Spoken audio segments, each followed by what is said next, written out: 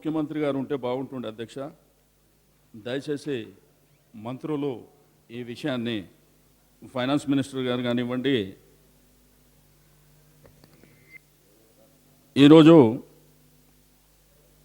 తెలంగాణ రాష్ట్రం 60 సంవత్సరాల సుదీర్ఘ పోరాటం తర్వాత స్వయం పాలన కావాలి, మాకు ఆత్మగౌరవం కావాలి, మా రాష్ట్రాన్ని మేమే పరిపాలన చేసుకోవాలి, ఉద్యోగాలు, నీళ్లు, నిధులు అనేకమైనటువంటి అంశాల విషయంలో మాకు జరిగినటువంటి అన్యాయానికి తప్పకుండా మాకు స్వయం పాలన కావాలి అనేటువంటి నినాదంతోనే సుదీర్ఘమైనటువంటి పోరాటం జరిగినటువంటి విషయం మనందరికీ తెలిసింది అధ్యక్ష.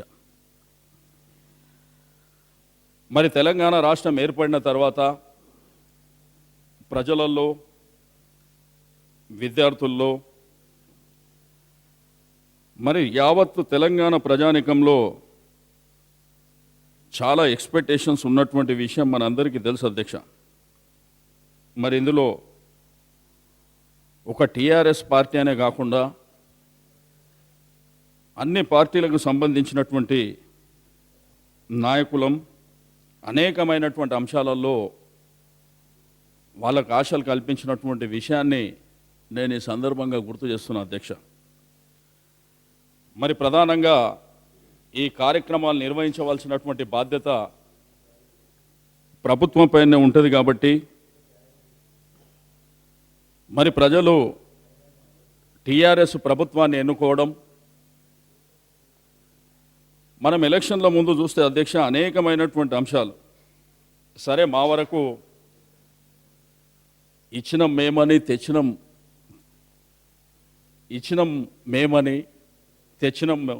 మేమని చెప్పి రెండు ప్రధానంగా టీఆర్ఎస్ కాంగ్రెస్ మధ్య జరిగినటువంటి సుదీర్ఘమైనటువంటి రాజకీయ క్షేత్రంలో కాంగ్రెస్ పార్టీకి సంబంధించినటువంటి సుమారు 10-11 మంది ముఖ్యమంత్రి క్యాండిడేట్లను కూడా ఓడించి చాలామంది శాసనసభ్యులు మొట్టమొదటిసారి ఈ శాసనసభకు రావడం ఒక అరుదైనటువంటి ఘట్టం అని చెప్పి నేను ఈ సందర్భంగా తెలియజేస్తూ ఉన్నాను. వచ్చిన వెంటనే నేనైతే విమర్శలు చేయదలుచుకోలేదు. నేను ఈ ప్రభుత్వానికి కొన్ని సూచనలు, అంటే మాకున్నటువంటి అనుభవాలని దృష్టిలో ఉంచుకొని మీకున్నటువంటి విశేషమైనటువంటి అధికారులని మీరు ఏ విధంగా ముందుకు తీసుకువెళ్ళాలి.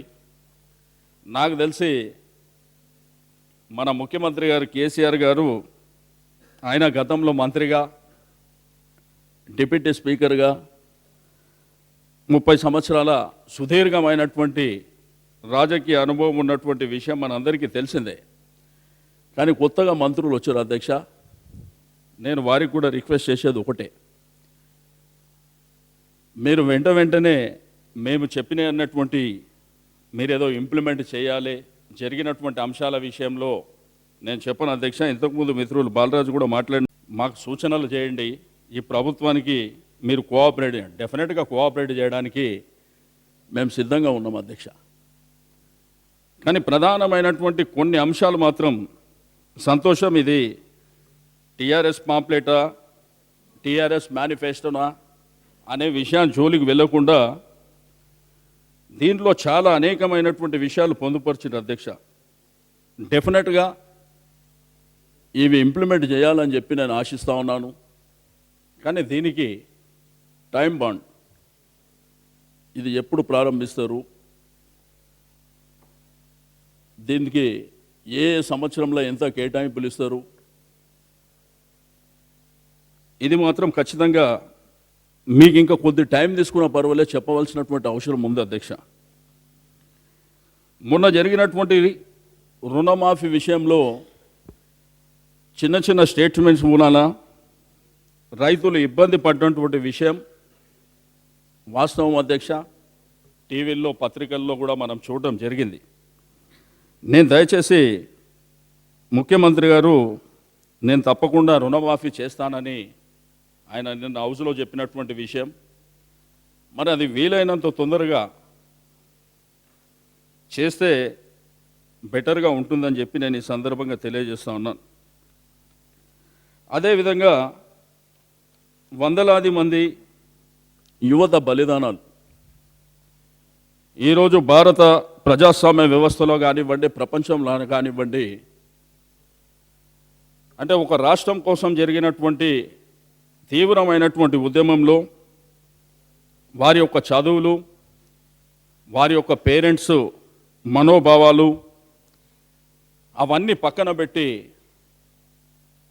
తెలంగాణ వస్తేనే మాకు న్యాయం జరుగుతుంది, లేకపోతే మా బలిద్వారం ద్వారా ఈ రాష్ట్రం వస్తుంది అనేటువంటి ఒక సంకల్పంతో చాలామంది యంగ్స్టర్స్ మరణించినటువంటి విషయం మనకందరికీ తెలిసింది అధ్యక్ష. సంతోషం, ప్రభుత్వం కూడా కొన్ని విషయాలు వాళ్ళకు ఆర్థిక సాయం విషయంలో, ఉద్యోగం విషయంలో అవసరమైన వారికి ఇండ్లు అని చెప్పిండ్రు అధ్యక్ష. ఇది అవసరమైన వారికి కాదు అధ్యక్ష, అందరికీ ఇవ్వాలని చెప్పి నేను ఈ ప్రభుత్వానికి రిక్వెస్ట్ చేస్తున్నాను అధ్యక్ష. మరి అదేవిధంగా దీనికి కూడా టైం బౌండ్ ప్రోగ్రాం పెట్టి, ఇంతకుముందే సోదరిమణి గీతారెడ్డి గారు చెప్పినట్టు, అంటే సుదీర్ఘమైన 60 సంవత్సరాల పోరాటమా లేకపోతే ఈ 15 సంవత్సరాలు, ఎందుకంటే ఆ రోజు నుంచి ఈ రోజు వరకు మరి వారందరికీ కూడా ఇస్తే బాగుంటుంది అని చెప్పి నేను ఈ సందర్భంగా తెలియజేస్తూ ఉన్నాను. అవినీతి, ముఖ్యమంత్రి గారు అయితే అవినీతి విషయంలో చాలా స్పష్టంగా చెప్పడం జరిగింది అధ్యక్ష. ముఖ్యమంత్రి గారితో పాటు నేను మంత్రులకు కూడా రిక్వెస్ట్ చేసేది, ప్రధానంగా కొన్ని అంశాలు ఏదైతే Hyderabad municipal corporation, metro water works విపరీతమైనటువంటి కరప్షన్ ఉన్నమాట 100కి 100 వాస్తవం అని చెప్పి నేను మీ దృష్టికి తీసుకొస్తున్నా. రెండోది కృష్ణా వాటర్. ఈరోజు హైదరాబాద్, గ్రేటర్ హైదరాబాద్ పరిధిలో సుమారు 1 కోటి మంది జనాభా విస్తరించి ఉంటారు అధ్యక్ష. అయితే ఆ రోజు మాంజీరా వాటర్ హైదరాబాద్లో ఉన్నటువంటి ప్రజానికానికి మంచినీళ్ళు ఇవ్వాలనేటువంటి ఉద్దేశంతో మంజీరా వాటర్ ఇస్తున్నటువంటి విషయం, పెరిగిపోయినటువంటి జనాభాకు అనుగుణంగా కృష్ణా జలాలు తీసుకురావాలని అనేక ప్రభుత్వాలు చెప్పినప్పటికీ తెలుగుదేశం ప్రభుత్వం ఆచరణ రూపంలో మరి ఆనాటి ముఖ్యమంత్రి చంద్రబాబు నాయుడు గారు ఫేజ్ 1, ఫేజ్ 2, మరి ఆ రోజు నేను కూడా మంత్రిగా ఉన్న అధ్యక్ష, 11 నెలల కాలంలో కృష్ణా వాటర్ తీసుకురావడం జరిగింది. బట్ దురదృష్టవశాత్తు థర్డ్ ఫేజ్, రెండవది సైమల్టేనియస్గా గోదావరి, ఈ రెండిట్లో మాత్రం కాంగ్రెస్ ప్రభుత్వం ఒక టైం బౌండ్ ప్రోగ్రాం పెట్టి చేయలేక ఈ రెండిట్లల్లో నేను ఫైనాన్స్ మినిస్టర్ గారికి దయచేసి ఈ కృష్ణా వాటర్, గోదావరిలా 300 కోట్ల రూపాయలు చేతులు మారినాయి అధ్యక్ష. ఆనాటి ముఖ్యమంత్రి తమ్ముడు, అంతకుముందు ఈ కాంగ్రెస్ ప్రభుత్వానికి అడ్వైజర్గా ఉన్నటువంటి 2 వ్యక్తుల ద్వారా ఏదైతే ఈ పైప్ లైన్ వచ్చేటువంటి ఏరియా ఉన్నదో అక్కడ ఉన్నటువంటి స్థానిక ప్రజాప్రతినిధులను కూడా మేనేజ్ చేసి టెండర్స్ కూడా చేయకుండా ఒకే వ్యక్తికి ఫేజ్ 3 కృష్ణా, గోదావరి, అది ఆ అడ్వైజర్ బంధువుకు, దాని విషయంలో నేను అనేక సందర్భాల్లో నేను మాట్లాడడం జరిగింది. ఒకవేళ ప్రభుత్వం మీరు ఎంక్వైరీ చేసి యాక్షన్ తీసుకుంటే ఓకే, లేదంటే నేను ఆ విషయంలో కోర్టుకు కూడా వెళ్తున్నానని చెప్పి ఈ సభ ద్వారా తెలియజేస్తున్నా అధ్యక్ష. ఇది ప్రధానమైనటువంటి అంశం అధ్యక్ష. పెరిగిపోయినటువంటి జనాభాకు అనుగుణంగా ఈరోజు మంచినీళ్ళు ఇచ్చేటువంటి పరిస్థితుల్లో కూడా మన ప్రభుత్వాలు లేవు అధ్యక్ష. కాబట్టి వచ్చినటువంటి ప్రభుత్వానికి తప్పకుండా ఇవి ఆన్గోయింగ్ ప్రాజెక్ట్స్ కాబట్టి వీలైనంత తొందరలో ఈ కార్యక్రమం తీసుకొని, రెండోది జరిగినటువంటి కరప్షన్ మీద ఎంక్వైరీ చేయాలని చెప్పి నేను ఈ సందర్భంగా వారికి రిక్వెస్ట్ చేస్తున్నాను అధ్యక్ష. మరి అదేవిధంగా ఈరోజు ఎస్సీల కోసం, ఎస్టీల కోసం, బీసీల కోసం సంక్షేమానికి సంబంధించి అధ్యక్ష సుమారు 50 కోట్ల రూపాయలు ముఖ్యమంత్రి గారు అనేక సందర్భాల్లో అనేక మీటింగ్స్లో చెప్పారు అధ్యక్ష, సంతోషం. కానీ ఈ 50,000 కోట్లు 5 సంవత్సరాలకు అని చెప్పారు అధ్యక్ష. ఆ కేటాయింపులు ఎట్లెట్లా ఇస్తారో అనేది కూడా మీరు నెక్స్ట్ దాంట్లో సంవత్సరానికి ఎంత ఇస్తారనేటువంటిది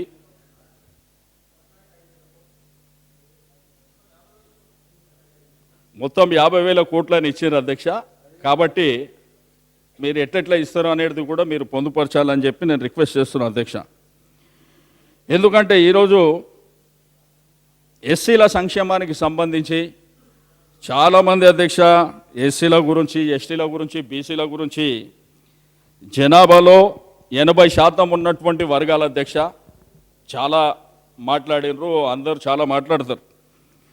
కానీ దయచేసి నేను ఈ ప్రభుత్వానికి రిక్వెస్ట్ చేసేది ఒకటే, ఎప్పుడూ దేహి అని బిచ్చమాడుకునేటువంటి పరిస్థితి, బాంఛన్ని కాల్ముక్త అనేటువంటి పరిస్థితి నుంచి సమాజంలో మేము కూడా ఎదగడానికి తప్పకుండా ఈ ప్రభుత్వం కృషి చేయాలని చెప్పి నేను ఈ సందర్భంగా తెలియజేస్తా ఉన్నాను. మీకు అందరికీ తెలుసు అధ్యక్ష, దివంగత నేత ఎన్టీ రామారావు గారు ఆ రోజు మొట్టమొదటిసారి ముఖ్యమంత్రి అయిన తర్వాత పటేల్ పట్వారీ వ్యవస్థను రద్దు చేసి ఆ రోజు మండల్ వ్యవస్థ తీసుకొచ్చి హరిజన, గిరిజన, బడుగు, బలహీన వర్గాలకు సామాజికంగా, ఆర్థికంగా మరి ముందుకు తీసుకువెళ్ళడానికి అనేకమైనటువంటి ప్రణాళికలు ఇచ్చినటువంటి విషయం మీకు అందరికీ తెలుసు అధ్యక్ష. కానీ ప్రభుత్వం మనకు వచ్చినప్పుడు మనం బాధ్యతగా ప్రవర్తించి బాధ్యతగా ఇవన్నీ ఇంప్లిమెంట్ చేస్తే చరిత్రలో చిరకాలంగా మిగిలిపోతారని చెప్పి నేను ఈ సందర్భంగా తెలియజేస్తాను అధ్యక్ష. అదేవిధంగా గిరిజనులకు 12% రిజర్వేషన్లని, లేకపోతే పంచాయతీలు కూడా ఏర్పాటు చేస్తామన్నారు. సంతోషం అధ్యక్ష.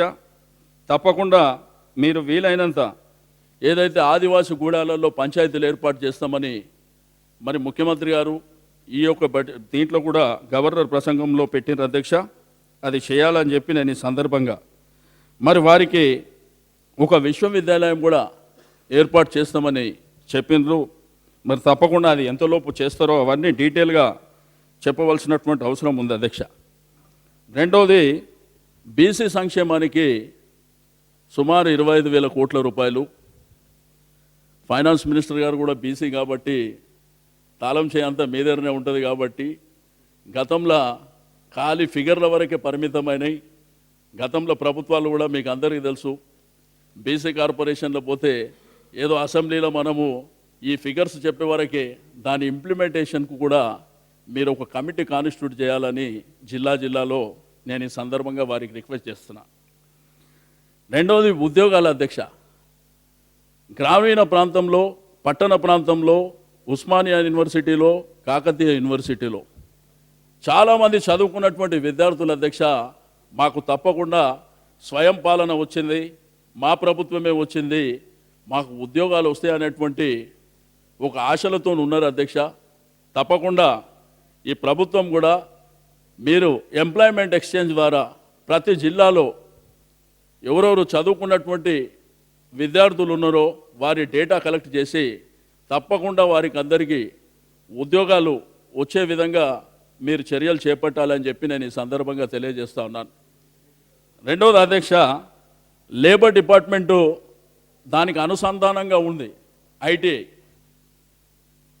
ఇండస్ట్రియల్ ట్రైనింగ్ ఇన్స్టిట్యూట్ అని చెప్పి చాలామంది అక్కడికి వెళ్ళి మరి ట్రైనింగ్ తీసుకొని వారి యొక్క నైపుణ్యం ద్వారా, కానీ ఈ మధ్యలో ఐటీఐలు ఎక్కడ కనిపిస్తలేవు అధ్యక్ష. నేను ఈ ప్రభుత్వానికి జిల్లాకు ఒకటి, ఎందుకంటే అధ్యక్ష తెలంగాణ రాష్ట్రం వచ్చిన తర్వాత చాలా పాతకాలం కొన్ని ఇండస్ట్రీస్ ఉన్నాయి అధ్యక్ష.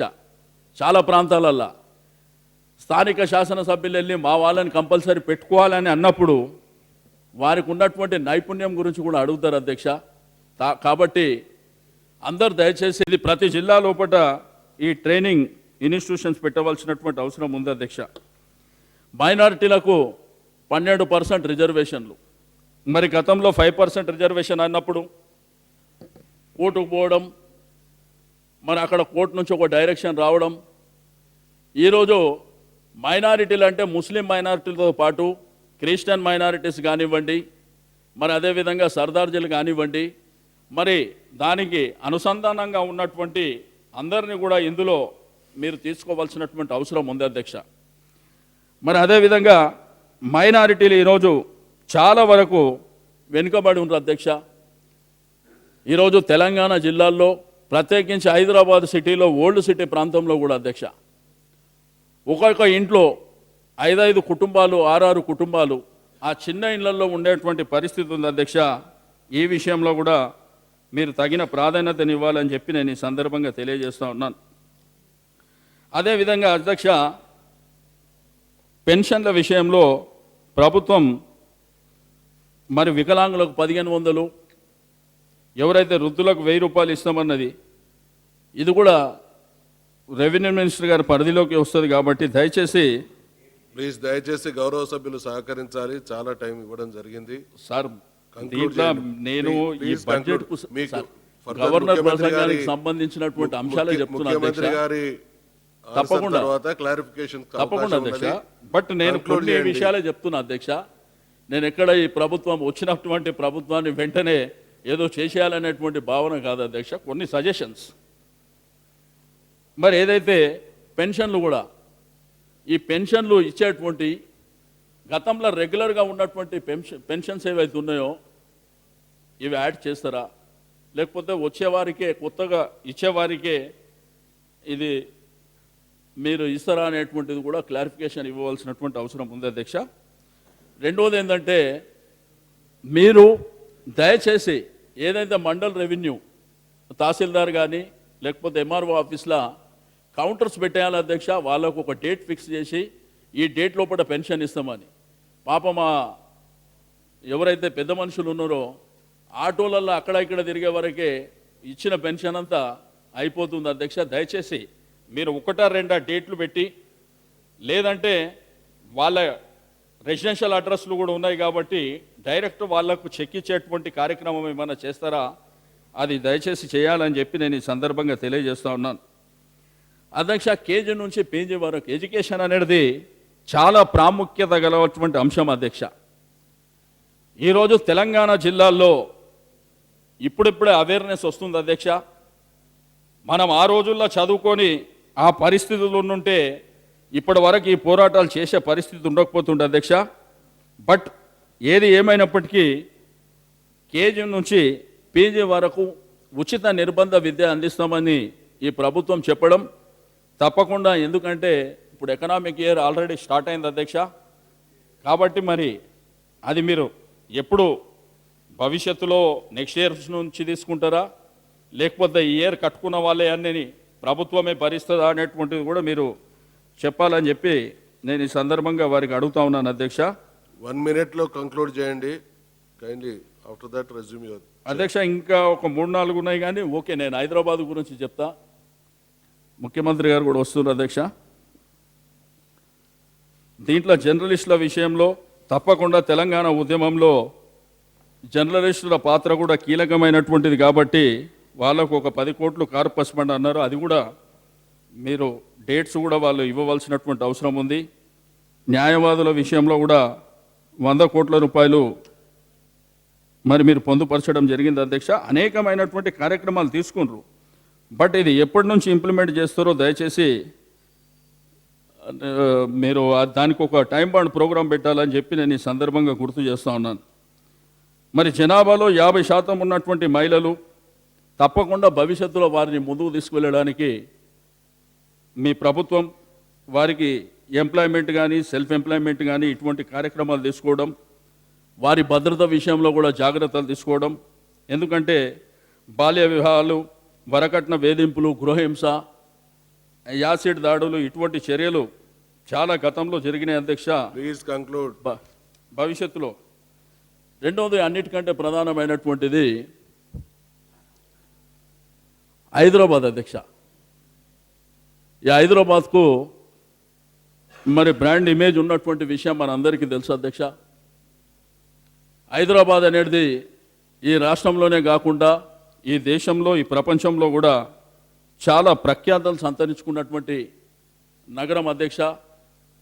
అన్ని మతాలు, అన్ని వర్గాలు, అనేకమైనటువంటి ప్రాంతాల నుంచి, అంటే హైదరాబాద్లో మన తెలంగాణ వాళ్ళమే కాకుండా వివిధ ప్రాంతాల నుంచి, నీకు సీమాంధ్ర కావచ్చు, లేకపోతే కలకత్తా కావచ్చు, గుజరాతీ, మార్వాడి, సింధీ, పంజాబీ, అనేకమైనటువంటి వాళ్ళు హైదరాబాద్లో నివసిస్తున్నారు అధ్యక్ష.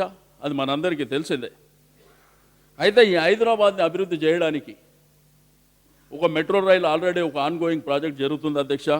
ముఖ్యమంత్రి గారు మన హెరిటేజ్ దెబ్బతినకుండా చూస్తామని ఆ రోజుల్లో వారు కూడా కొన్ని సందర్భాల్లో చెప్పారు. ఏదైతే సుల్తాన్ బజార్ కానీ లేకపోతే కోటి పరిసర ప్రాంతాలు, మరి ఆ విషయంలో కూడా ముఖ్యమంత్రి గారు దాన్ని దృష్టిలో పెట్టుకోవాలని చెప్పి నేను ఈ సందర్భంగా తెలియజేస్తా ఉన్నాను.